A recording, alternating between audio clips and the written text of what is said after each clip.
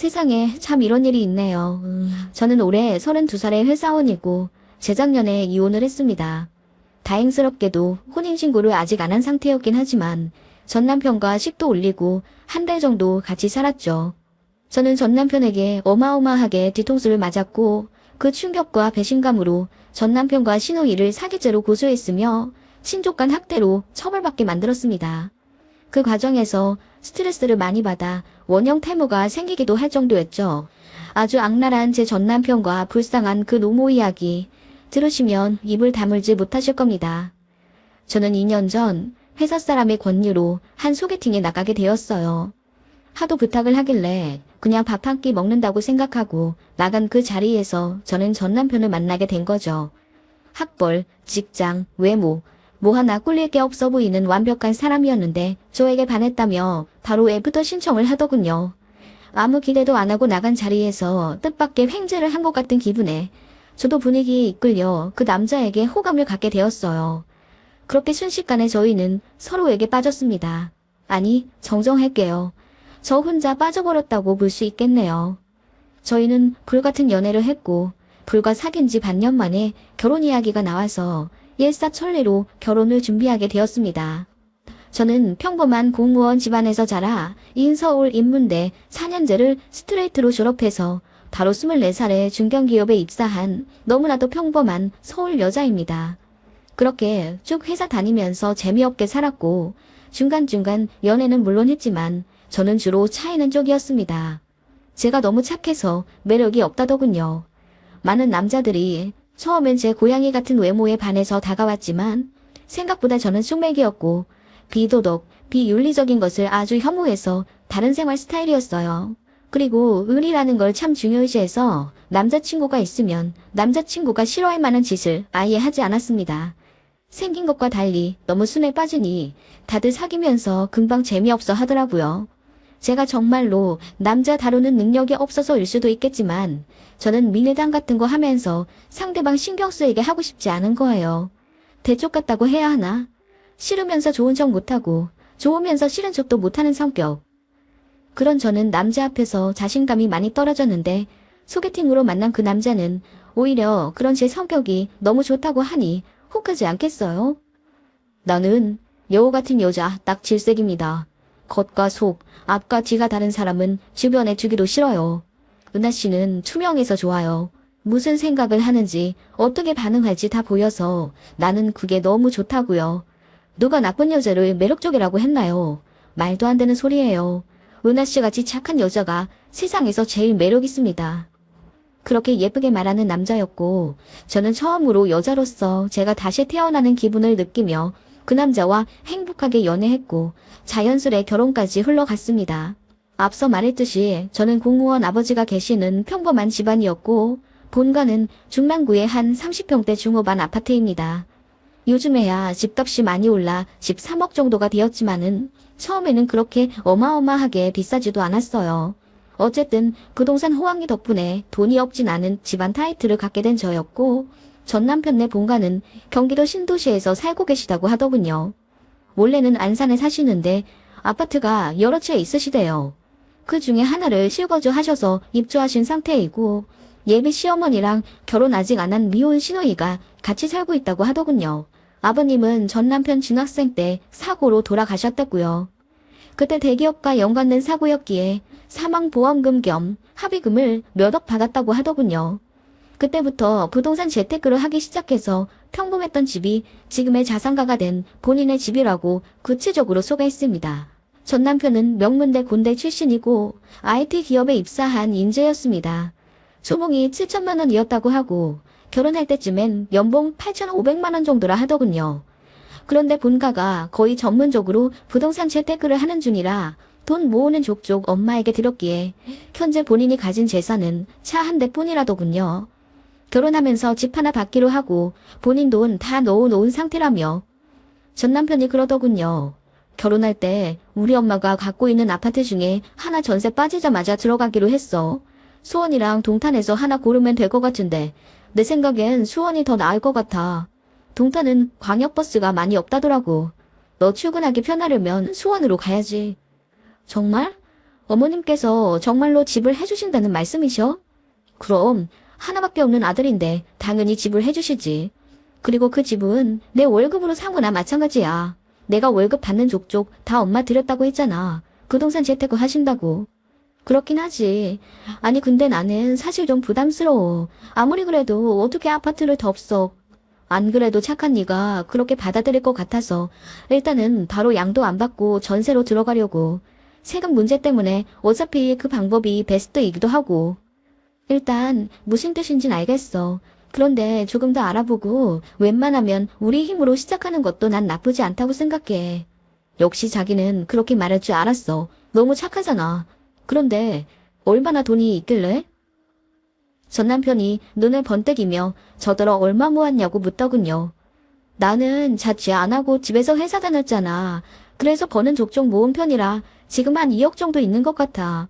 그리고 주식 계좌에 3천 정도 더 있고. 그랬더니 기대도 안 했다면서 어떻게 그렇게 착실하게 모았냐며 놀라더군요. 그러더니 며칠 뒤 계획이 바뀌었다면서 제가 모은 돈이랑 본인 회사에 복지 차원으로 저금리 대출을 해주는데 그거 이용해서 2억 정도 대출 땡겨 받은 뒤 수도권 아파트에 매매해서 들어가자고 하더군요. 그런데 그거 받으려면 혼인신고를 해야 한다며 도장부터 들이대길래 그건 좀 아닌 것 같아서 제가 거절했습니다. 그랬더니 삐지더라고요. 지금 생각하면 전 남편의 행동이 전형적인 가스라이팅이었던 것 같습니다. 본인이 거부당한 것 같아서 너무 자존심 상하고 이럴 거면 헤어지잔 식으로까지 말을 하길래 제가 너무 당황했어요. 저도 좀 순진한 구석이 있던 터라 제가 좋아하는 남자가 그렇게 나오니 어쩔 줄 모르겠더라고요. 그런데 그 와중에도 혼인신고는 절대로 안 했습니다. 그건 진짜 제가 한 것 중에 유일하게 칭찬할 만한 일이었어요. 전 남편은 제 고집을 꺾지 못하고 결국 다른 금융대출로 본인이 반 정도 채워서 아파트값 마련하겠다 하더군요. 그리고 예비시댁에서 아파트 하나 팔리는 대로 빚 메꾼 후 저희가 산 집을 다시 팔아서 더 인프라 좋은 아파트로 이사 가기로 아주 구체적으로 계획을 짜더군요. 제 앞에서 예비시모랑 통화까지 막 하면서 언제 계약을 하네, 자금이 어쩌네 대화를 했고 신우이랑 집 관련 얘기로 카톡 대화한 것도 저에게 보여주면서 본인의 재정은 이렇게나 탄탄하고 미래를 체계적으로 구상해놨다는 식으로 어필을 하더군요. 그 모습에 속지 않은 사람이 얼마나 될까요? 전 남편네 집에서 갖고 있는 아파트는 4채나 되었고 시가로 70억 정도는 된다더군요. 세금 처리했던 것들 서류도 막 보여주면서 이건 동탄 아파트 잔금 처리할 때 받은 영수증이고 이건 위례 아파트 양도세 낼 때 증빙 자료라며 뭘 막 들이대더라고요. 봐도 잘 모르겠긴 했는데 아무튼 간에 부자란 건 알겠더라고요. 회사도 확실하고 신원도 확실한 사람이니 더 의심할 바도 없었고 솔직히 제 입장에서는 차고 남는 신랑감이죠. 저희 집에 와서도 어찌나 싹싹한지 공직생활 오래 하셔서 깐깐한 저희 아버지도 빙그레 웃으실 정도였습니다. 어찌나 애교가 많은지 우리 딸들보다 더 공살 맞아 아주. 시댁들 집도 재산도 꽤 있고 회사도 탄탄하고 무엇보다 우리 딸을 이렇게나 좋아해주니 반대할 이유가 무엇인가. 잘 만나보고 때 되면 결혼하게. 그렇게 저희 친정 부모님한테까지 합격 목걸이를 얻은 저희 전 남편은 본인 집에 인사를 가자고 하더군요. 그래서 주말에 꽃이랑 한우 사들고 예비시댁으로 갔어요. 신도시 아시잖아요. 무슨 도로가 그렇게 넓은지 왕복 10차선은 되는 듯하고 동네 전체가 모두 새 것이었습니다. 작은 슈퍼조차 없는 번쩍번쩍한 새 동네요. 아파트마다 높이는 얼마나 높은지 저 동탄 처음 가본 거였거든요. 너무 좋더라고요. 그런 곳에 한 신축 아파트로 전 남편이 운전해 들어가더군요. 가니까 예비 신호위만 계셨어요. 예비 신부는 급한 계약건이 있어 잠깐 나가셨다고 하길래 아쉬운 마음을 뒤로한 채 예비 신우랑만 얘기를 나눴습니다.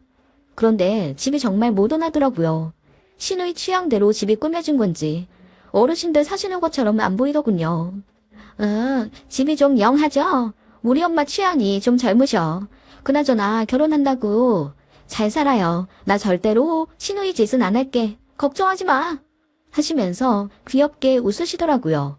웃는 모습이 전 남편이랑 똑 닮아서 왠지 모르게 정감이 갔어요. 집을 간단히 둘러보는데 와인과 양주가 엄청 많았고 주로 블랙으로 인테리어가 되어 있었습니다. 누가 보면 남자 혼자 사는 집인 줄요. 게다가 어르신이 댁에 사시면 소파도 굉장히 크고 의뢰 안마의자도 하나씩 있지 않나요? 그런데 거실에는 1인용 리클라이너 소파만 하나 덩그러니 있었으며 아무리 봐도 어르신이 편히 계실 만한 곳은 아니다 싶더군요. 그래도 뭐 취향이 그러시다니 놀란 마음 뒤로 한 채 애써 수긍했죠. 신우와 그렇게 기분 좋은 첫 대면을 했고 시부모님이랑은 나중에 만나 뵙기로 한 뒤 저희는 본격적으로 예식장과 신혼여행 계약, 스드메, 신혼 가구 가전 등을 알아보러 다녔습니다. 시부모님을 아직 못 뵌 게 찜찜했지만 시어머니 대풍과는 종종 통화했어요. 너무 바쁘시다며 아무래도 상견례 때나 볼 것 같다고 하시길래 깜짝 놀랐습니다. 그래서 제가 친구들에게 상담하니 요즘은 결혼 전에 한 번 정도 인사 가고 바로 상견례 간다는 거예요. 예전에야 여러 번 왕래하며 얼굴 익히고 정 붙인 다음에야 결혼했지. 요즘은 그렇지도 않다길래 그런가 보다 했습니다. 전 남편도 그런 식으로 저를 엄청 달래더군요. 시어머니 자주 뵈서 뭐해. 자기한테 불편하기나 하지. 자기도 결혼하면 알걸? 쿨한 시부모님 만나는 게 얼마나 복받은 일인지. 그런 게 아니라 우리 결혼에 아예 관심이 없으신 건 아닐까? 아니면 내가 마음에 안 드신다거나. 그건 절대 아니야. 정 그렇게 불안하면 내가 다음 주 중에 어떻게든 엄마랑 자리 만들어 볼게. 그렇게 만들어진 예비 시모와의 저녁 식사 자리였습니다. 어머님 안녕하세요. 이제야 뵙게 되네요. 너무 뵙고 싶었어요. 제가 살갑게 인사를 하자 예비 시모가 정말 밝은 얼굴로 저를 맞아주시더라고요. 반가워요. 우리 아이랑 결혼한다니 가족이 돼주어서 고마워요. 제가 더 감사합니다. 너무 바쁘시다고 들었어요. 그리고 몇 년 뒤에 저희 아파트 해주시겠다고 하셨다던데 덥석 받아도 되려나 모르겠어요. 너무 감사해서 죄송하기까지 할 정도예요. 그 정도야 뭐 괜찮아요. 부담 갖지 말아요. 어차피 아들 하나 주려고 계획해둔 건데요 뭐.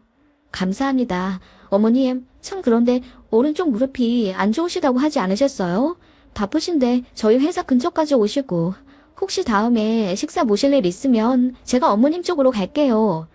이 나이 먹은 사람들 하나씩 다 아프죠. 뭐 개의치 말아요. 하시며 깔깔 웃는 명랑하신 시어머니셨고 화기애애한 식사 시간을 보냈어요.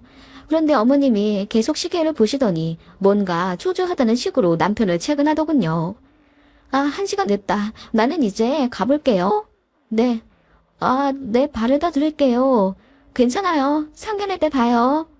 그렇게 먼저 일어나신 예비시모를 보는데 전 남편에게 미리 들어 오른쪽 무릎이 안 좋다고 한 것과 다르게 왼쪽을 저시더라고요. 이상하게 생각은 했지만 뭐 양쪽이 다 아프신가 보다 하고 넘겼죠. 그렇게 수월하게 결혼 준비를 했고 마침내 상견례까지 하게 되었습니다. 상견례 때 역시 그 예비시모는 딱 1시간만 있다가 가시더라고요. 일정이 있으시다면서요. 저희 부모님은 사실 좀 불쾌하시긴 했지만 예비시모가 너무 미안해하면서 다음에 식사 꼭 대접해드리겠다고 거듭 사죄하기에 그냥 알겠다고 했죠. 그때 알았어야 했는데 아무튼 저희는 결혼식이랑 신혼여행까지 아무 일 없이 순탄하게 잘 치렀습니다. 조금 이상한 점은 남편의 고향 친구들과 만났을 때였어요. 제가 신부 대기실에 있을 때였습니다. 남편의 오랜 친구들이라는 소위 불알 친구들이 대거 들어왔고 저더러 예쁘다느니 너무 참하게 생기셨다느니 칭찬을 늘어놓으시길래 좀 부끄러워하고 있었습니다. 그때 어떤 친구분이 이러시더군요. 요즘 같은 시대에 그런 시어머니 있는 집에 시집간다는 사람도 드물 텐데 재수씨는 정말 마음이 천사처럼 고우신가 봐요. 네? 그게 무슨... 저 같으면 많이 생각했을 것 같거든요. 저 자식이 여자한테 잘하긴 하니까 너무 스트레스 받진 않을 거예요. 네. 아니. 그때 전 남편이 새신랑 차림으로 급하게 들어와 그 친구들을 데리고 밖으로 나갔고 고개를 갸웃하긴 했지만 그날 워낙 정신이 없어서 그 이하함도 바로 묻히게 되었습니다. 그렇게 결혼식을 끝내고 신혼여행도 다녀와 피곤한 몸을 누이며 신혼집에서 남은 휴가를 보내고 있었어요. 원래도 참 자상한 편이던 전 남편이 제 전신에 마사지 해주며 결혼해줘서 다시 한번 고맙다고 달콤하게 인사를 해주더군요.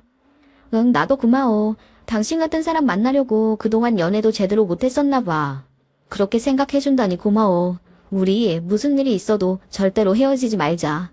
당연하지. 주례 앞에서 맹세했잖아. 아무리 힘든 일이 있어도 같이 잘 이겨내보자. 정말? 정말이야. 아무리 힘든 일이 있어도 정말 같이 극복할 거야? 나 자기 믿어도 돼. 그럼 그게 부부 아니겠어? 역시 내가 결혼 하나는 잘했어. 자기처럼 착하고 천사 같은 사람 만난 나는 평생 자기한테 절하면서 살아야 돼. 아무튼 그 마음 절대 잊지 마. 무슨 일이 있어도 아무리 힘든 일이 있어도 어디 가지 않기로. 그렇게 전 남편은 저를 바라보며 신신당부를 하다가 그걸로는 모자랐는지 갑자기 종이를 꺼내와서 서약하자고 하더군요. 이게 뭐야? 두 사람은 어떠한 시련이 와도 무슨 일이 있어도 절대로 헤어지지 않고 고통을 감내하며 같이 이겨내기로 약속한다. 이를 어길 시 10억을 상대에게 주기로 약속한다. 아니 이게 뭐야? 그리고 언제 이걸 쓴 거야? 전 남편이 가져온 이상한 서약서를 보며 제가 헛웃음을 치자 전 남편이 웃으며 그냥 농담 삼아 만든 거긴 한데 저희 둘의 신뢰를 위해 꼭 서약해줬으면 좋겠다고 하더군요. 10억이라니 어이가 없어서 제가 초딩이냐고 물으니 장난스럽게 제 지장을 억지로 찍으며 껄껄 웃길래 저도 아무 생각 없이 웃고 넘어가고 말았습니다. 지금 생각하면 너무 어이없고 소름 돋는 전 남편의 행동이었죠. 그렇게 행복한 신혼생활을 보내는 중 결혼식 후 그러니까 한 2주 되었을까요? 전 남편이 퇴근 후 저랑 할 얘기가 있다며 진지하게 각을 잡길래 무슨 일이 있나 싶어 걱정을 많이 했어요. 전 남편은 술상까지 차려놓고 과묵한 표정으로 제게 할 말이 있다더군요. 당신 나 많이 사랑하지? 그게 무슨 말이야. 사랑하니까 결혼했지. 그러면 저번에 서약한 대로 우리 약속한 대로 무슨 일이 있어도 날 떠나지 않는다고 맹세한 거 잊지 않았지? 그렇지. 근데 왜 그래? 무슨 일 있어?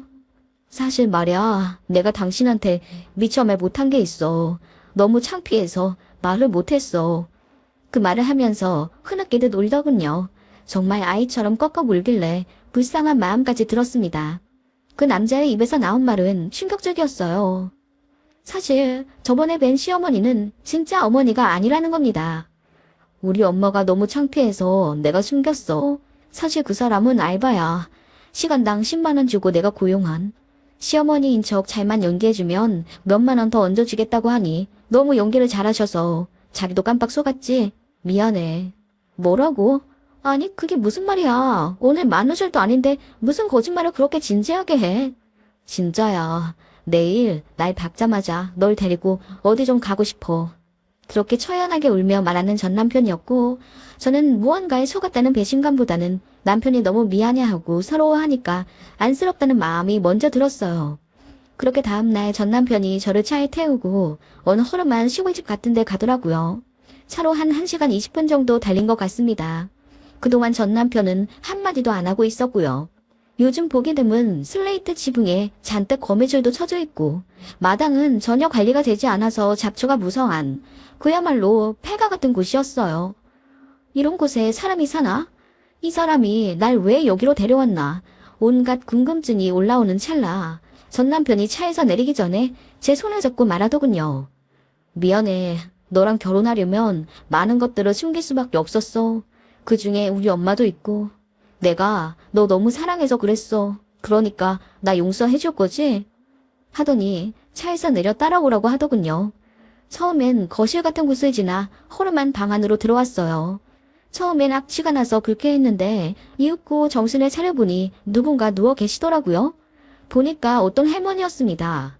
전 남편이 무릎을 꿇으며 말하길 엄마 나왔어. 섹시 데리고 왔는데 좀 보세요. 이러더라고요. 저는 기절초풍하게 놀랐죠. 손발이 덜덜 떨리더라고요. 웬 엄마라니. 무슨 말이야? 당신 지금 뭐해? 여긴 어디고 이분은 누구시고? 사실 이분이 우리 엄마야. 중풍으로 쓰러져 계신 지 10년 정도 되었어. 뭐라고? 이분이 어머님이시라고? 당신 지금 무슨 소리 하는 거야? 아니 그러면 그때 배웠던 분이 정말로 어머님이 아니셨다는 거야. 이분이 진짜 내 시어머니시라고? 응 미안해. 미리 말 못했어. 말하면 네가 헤어지자고 할까봐. 내가 너 정말 많이 사랑한다는 거 알잖아. 당신 정말? 제가 기가 막혀 아무 말도 못하고 있는데 전 남편이 어머님을 일으켜 세우더니 엄마 이제 집에 가자. 이 사람이 이제 엄마 잘 모실 거야. 걱정하지 마. 하며 어머님을 일으켜 세우더라고요. 제가 그 황당한 모습을 지켜보는데 마침 누군가 집 안으로 들어오는 인기척이 또 느껴졌습니다. 보니까 신호이였어요. 신우가 저를 보고도 놀라지 않은 채 응, 올길 왔어? 좀 놀랐지? 내가 이틀에 한 번 정도 봐드리긴 했는데 그래도 기저귀 때문에 냄새가 좀 나. 그래도 잘만 갈아드리고 오늘 집에 가서 잘 씻고 그러면 냄새 안 나고 괜찮을 거야. 밥은 저기 캔에 들어있는 거 있지? 저거 먹여드리면 돼. 다른 건 소화 못 하셔서 저것만 먹여드리면 되거든. 그렇게 아무렇지 않게 인수인계를 하듯 말하는 신우이에게 저는 너무 놀라서 말조차 나오지 않았습니다. 아니, 그러면 동탄 그 집은 뭐예요? 거기서 같이 사신다고 했잖아요. 그 집은 사실 내 남자친구 집이야. 나는 거기서 얹혀 살고 있고. 뭐라고요? 제가 너무 놀라서 소리를 지르자 전 남편이 저를 꼭 안으며 말하더라고요. 미안해, 미리 말 못해서. 그래도 너라면 다 이해해줄 거라고 믿고 오픈한 거야. 당신 그랬잖아. 무슨 일이 있어도 어떤 시련이 와도 같이 극복해 나가기로. 당신 설마 내 조건 때문에 결혼한 건 아니지? 나 사랑해서 한 결혼이잖아. 그래서 지금 이게 뭐 하자는 건데? 제가 따지듯 묻자 신우이가 끼어들어 말하더군요. 올케, 너무 섭섭하게 생각하지 마. 그래도 결혼이란 게 아무래도 둘만 좋자고 하는 건 아니잖아. 시부모님 모실 각오도 좀 하고 그래야지. 조금 다른 점은 중풍 걸린 시어머니가 계시다는 거잖아. 그리고 나도 10년 동안 엄마 모셨는데 이제 좀 쉬고 싶어. 가족 좋다는 게 뭐야. 나도 이제 올케한테 우리 짐 좀 넘기고 엄마 들여다보는 짓 그만하고 싶어. 뭐라고요? 지금 장난하세요?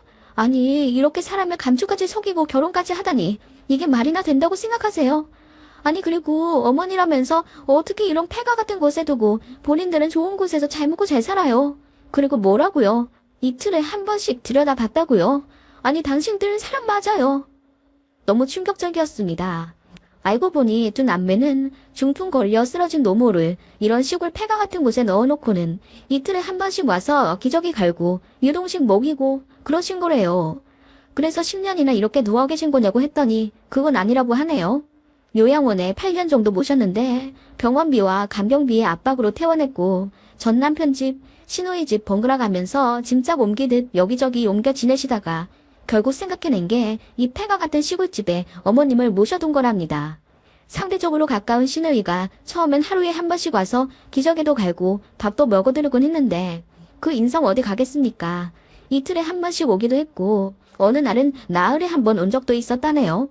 사정하는 그 시골 동네 주민께서 대바라진 남매가 이 그지 같은 집에 중풍 걸린 노모 버려두다시피 한 거 알고는 십시일반 사람들 모아서 어머님 조금씩 봐드리고 그랬다네요. 이게 2020년에 말이나 되는 이야기입니까? 얘기 다 듣고 열받아서 화가 미칠 듯 올라오더군요. 제가 속아서 결혼한 것에 대한 배신감보다는 늙은 노모를 이렇게 버리다시피 한 저 악마 같은 남매들에게 참을 수 없는 분노가 치밀어 올랐습니다. 당신들 지금 노인 학대하는 거야. 자기들 밖에서 좋은 밥 먹고 비싼 커피 마시고 명품에 외제차에 다 끌고 다니면서 어떻게 늙은 노모 요양원비 낼 돈은 없어? 그게 말이나 돼. 아니 그리고 그 많은 아파트는 왜 그대로 두고 돈이 없다 어쩐다 하는 건데. 미안해. 사실 너 잡으려고 거짓말한 거야. 나 정말 너 놓치기 싫었거든. 이제야 말해서 정말 미안하긴 한데 너 나 사랑해서 한 결혼이잖아. 나도 너 사랑하고 그걸로는 안 되겠니? 너 설마 내 집안 배경이랑 내 스펙 보고 결혼한 성물 같은 나쁜 년 아니지? 그럴 리가 없어. 내가 너 착하고 순진하고 내가 다 아는데. 뭐라고? 너야말로 그럼 내가 순진해서 이 모든 사실을 다 알고도 너를 계속 사랑해줄 거라고 생각해서 한 결혼 아니야. 어떻게 그렇게 말을 하니? 그리고 막말로 네가 그렇게 예쁜 것도 아니고 스펙도 평범한데 나 같은 사람을 어떻게 만나. 내가 집에 돈 있다고 거짓말한 건 미안한데 그래도 내 회사에, 내 학벌에, 내 외모에 이 정도 조건이면 집에 돈 없어도 괜찮은 신랑감 아니야? 거기에 아프신 시어머니 한 분 계실 뿐인데 뭐가 그렇게 억울하다고 그러는 거야. 자기야, 잘 생각해봐. 지금 조금 놀라서 그런 걸 거야. 자기 착해서 우리 엄마 잘 모시고 살 수 있어. 내가 많이 도울게. 그리고 당신 더 많이 사랑해줄게. 새 치열을 그렇게 놀리는 그 전 남편이 저는 악마같이 느껴졌습니다. 그래서 뺨을 때려버렸어요. 그랬더니 전 남편이 표정을 확 구기며 이게 착하다고 해서 소개받았더니 야, 네가 어떻게 나를 때려? 순진한 줄 알았더니 지 남편 뺨까지 때린 줄도 알고 너 진짜 혼나볼래? 그러자 신우이도 왜 자기 동생을 때리냐며 거들며 저를 같이 때리려고 했고, 저는 순간 목숨의 위험을 느껴서 밖으로 도망쳐 나왔고 그대로 남편 차를 끌고 친정집으로 갔습니다. 가는 내내 눈물이 마르지 않았고 그렇게 엉망이 된 얼굴로 친정엄마를 마주하니 엄마가 기절할 듯 놀라시며 저를 안아주시더군요. 저는 모든 전말을 엄마에게 말했어요. 그랬더니 엄마 역시 뒤로 넘어가실 듯 얼굴이 하얗게 질리시더라고요. 어떻게 그런 불안당 같은 놈과 그 누나가 있냐며 한 사람 인생을 이렇게 망쳐놔도 되냐고 울분을 쏟아 부으셨습니다. 그렇게 저희 아빠까지 알게 되셨어요. 아빠도 너무 분노하셨지만 바로 이성을 찾으시곤 곧바로 변호사를 선임하자 하시더군요. 마냥 울고만 있을 수도 없는 노릇이고 저도 정신을 차렸죠. 바로 변호사 사무실에 가서 상담을 하니 고의적으로 저를 쏘댔다는 증거가 필요하다고 하더라고요. 그러자 시어머니 인척 연기했던 그 중년 여성분이 생각났습니다. 그분만 와서 증인이 되어주면 될 것 같아서 제가 받은 시어머니 번호로 전화를 하니 제 전화를 안 받으시더라고요. 차단한 것처럼요. 본인 볼일 다 끝났다 이거죠. 그래서 막막함에 전 남편을 소개시켜준 제 회사 선임에게 찾아가도 증거 될 만한 건 없더라고요. 저를 작정하고 속였다는 결정적인 증거가 필요해서 그걸 똘똘히 생각해내다가 남편 차 블랙박스가 생각났어요. 제가 남편 차 타고 급하게 도망 나온 거라고 했잖아요. 그래서 생각나는 그 즉시 블랙박스 영상을 따냈습니다. 거기엔 남편과 제가 대화한 내용이 다 있었어요. 남편이 자기 입으로 고백하며 저랑 결혼하려고 속일 수밖에 없었던 것들, 그리고 그 안에서 제가 도망치듯 나오는 모습과 그 뒤에 손을 올리며 저에게 폭력을 행사하려는 전 남편의 모습까지 전부 영상으로 찍혔습니다. 그것과 카톡으로 전 남편과 주고받은 내용들 전부 복구했고 거기서 본인 어머니가 다 건강하신데 무릎만 조금 안 좋다고 거짓말한 부분과 아파트를 증여에 관해 저에게 허세 부리듯 이야기한 내용 등이 있어서 전부 제출했습니다. 전 남편은 제가 그러는 동안 차 가지고 오라고 난리를 쳤고 문자와 전화로 협박까지 일삼더군요. 당장 안 오면 폭행죄로 고소한다. 차량 가져간 거 절도죄로 고소하겠다. 엄포를 놓더니 급기야 신혼여행 다녀와서 썼던 그 각서 있잖아요. 무슨 일이 있어도 헤어지지 않겠다고. 만약 포기하고 도망가면 상대에게 10억 주기로 한 거요. 그 초딩도 안 할 만한 서약서를 사진으로 보내며 제 지장이 찍혀있으니 유효하다고 저더러 10억을 내라네요. 제가 그거 보고 열받아서 전화를 했고 내가 10억이 어디 있어서 그걸 내냐고 말이 되는 소리를 하냐고 했더니 전 남편이 음침하게 웃으며 이러대요. 장인 장모 아파트 그거 시세 보니까 12억인가 그렇던데 그거라도 파줘야겠네. 그러니까 각서의 지장은 함부로 찍으면 안 되는 거야 하길래 제가 너무 열받아서 너 딱 기다리라고 했습니다. 그리고 바로 경찰서로 갔어요. 노인 학대건으로 신고할 사항이 있다고 하니 관련 부서로 저를 넘기시더군요. 거기서 다 말했습니다. 부양가족이 둘이나 있는데 요양원에 안 모시고 허름한 시골집에 버려둔 채로 기획에는 3일까지 오지도 않아서 기저귀도 못 갈고 악취 엄청 풀리는 채로 밥도 거의 못 드신다. 썩은 나무 토막처럼 숨만 붙어 계신다 했더니 거기가 어디냐면서 당장 출동하겠다고 하더군요. 그런데 거기 주소가 죽어도 기억이 안 나는 거예요. 전 남편 차 내비로 찍고 간 게 아니라 전 남편 스마트폰 내비로 보고 간 거라 생각이 안 나더군요. 그래서 생각해내다 전 남편에게 전화를 걸었습니다. 저는 바로 연기를 시작했죠. 미안해. 내가 너무 놀라서 다른 생각할 겨를이 없었던 것 같아. 맞아. 나 당신 많이 사랑하니까 어머님도 품을게. 어머님 모셔오려고. 내가 어머님 모셔서 집으로 갈게. 그 시골집 주소가 어디야? 라고 했더니 전 남편이 멍청하게도 제 연기에 믿으며 고맙다고 주소를 알려주더군요. 바로 경찰 2명 대동해서 그곳으로 갔습니다. 경찰까지 출동하니 동네 어르신들이 다 나와서 구경하시더군요. 혀를 차며 말하시기를 자식들이 있는데 통 들여다보지도 않아서 이 양반 죽을 것 같길래 우리가 밥도 먹여주고 기저귀도 가끔 갈아주고 그랬어. 그거 알면서도 그 막대 먹은 년놈들은 고맙단 인사 한 번 안 하고 아주 인간 말종들이야. 안 그래도 내가 신고하려고 했어. 저러다가 아사로 돌아가실 것 같더라고. 이쯤 되면 일부러 안 오는 거 아닐까 싶어. 굶어 죽게 하려고. 그러게 말이야. 그래도 정신을 똑바로 살아있는데 2년 동안 저기 갇혀서 얼마나 무서웠겠어. 그렇게 경찰들은 주민들의 증언을 모두 수집해 갔고 이윽고 전 남편과 신우이는 노인 학대 및 신족 상해로 체포되었습니다. 그리고 저는 바로 민사소송을 걸었죠. 사기죄로요. 변호사 대동에서 일사천리로 모든 법적 진행을 이뤄나갔습니다. 전 남편이 저더러 소름 끼치게 무서운 년이라고 하더군요. 착하고 순진한 거 빼고는 봐줄 것도 없는 게 이렇게 사람 뒤통수를 쳐? 와, 내가 진짜 어이가 없어서 너 진짜 나쁜 년이다. 그렇게 말하는 전 남편 얼굴에 대고 씩 웃으며 말했습니다. 글쎄, 누가 나쁜 년이고 놈일지는 법원에서 알아서 판단해 주시겠지. 너도 나한테 사기당했다고 생각하면 사기죄로 고소해.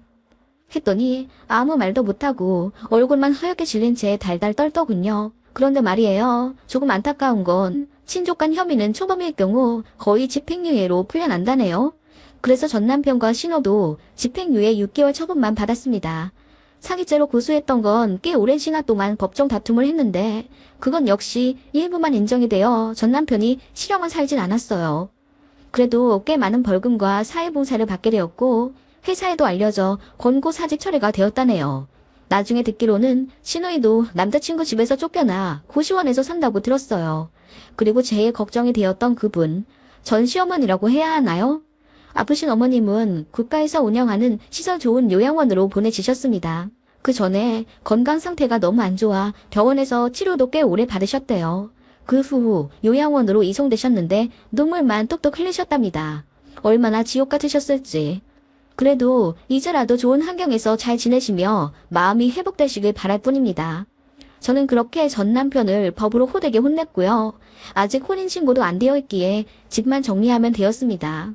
딱히 정리할 것도 없더군요. 돈으로 얽혀진 게 없어서 조금 늦긴 했지만 깔끔하게 끝나긴 했습니다. 전 남편은 후회한다더군요. 저를 속인 것, 개차반으로 인생을 살며 노모를 힘들게 한 것 전부 아니고요. 저를 좀 더 늦게 어머님을 보여드릴 걸 하고 후회한답니다.